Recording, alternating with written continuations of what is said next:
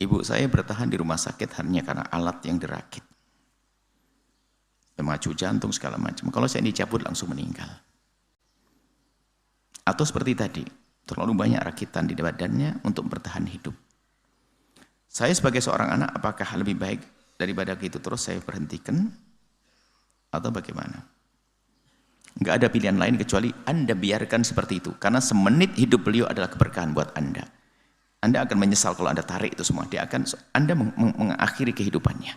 Biar Allah yang mencabut dengan caranya. Tidak usah kita ikut campur dalam hal ini.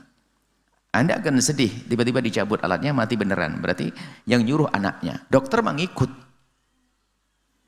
Ada sebagian alasannya kasihan. Kasihan apa? Dia tidak merasakan apa-apa kok. Dia tidak mengeluh kok. Hanya nafasnya masih ada, rohnya masih ada. Dia tidak merasakan sakit.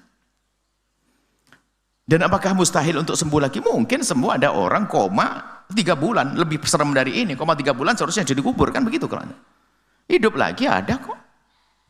Ini baru beberapa saat sudah seolah-olah anak ini. Khawatir kalimat kasihan itu bukan kasihan. Kita mikir uangnya, mikir ininya dan sebagainya. Selagi Anda punya uang, lanjutkan di rumah sakit. Selagi Anda punya uang. Karena dokter lebih tahu. Kalaupun seandainya tidak bisa, maksudnya tidak mampu kita wajib berobat semaksimal mungkin. Nggak boleh ada kata kita biarkan deh, tinggal nunggu. Serem banget seorang anak tinggal nunggu. Nunggu apain? Nunggu mati. Allah lah. Yang punya nyawa Allah kok.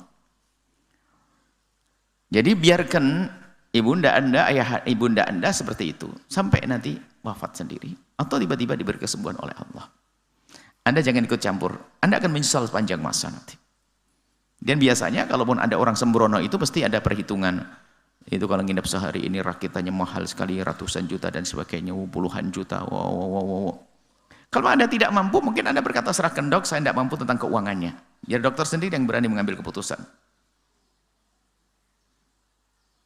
Kalau seandainya dokter punya nurani dan punya iman, akan berkata gimana caranya. Gak akan melepas lalu orang mati. Mungkin pembiayaannya seperti apa. Kalau memang dia tidak mampu pembiayaan, saya pengen ibu saya tetap bertahan semacam ini. Tapi urusan keuangannya betul-betul nggak mampu dia. Bukan karena pelit, tabungannya ada, tanah ada, rumah, mobil double dan sebagainya. Alasannya nggak punya uang. Pelit banget dengan ibunya. Ibunya membutuhkannya. Jawabannya adalah biarkan dengan perangkat alat yang bermacam-macam dan sebagainya. Karena bisa jadi itu adalah saat untuk sembuh kembali. Kok kita mendahului Tuhan seolah dia pasti mati? Ini kan jahat sekali dia.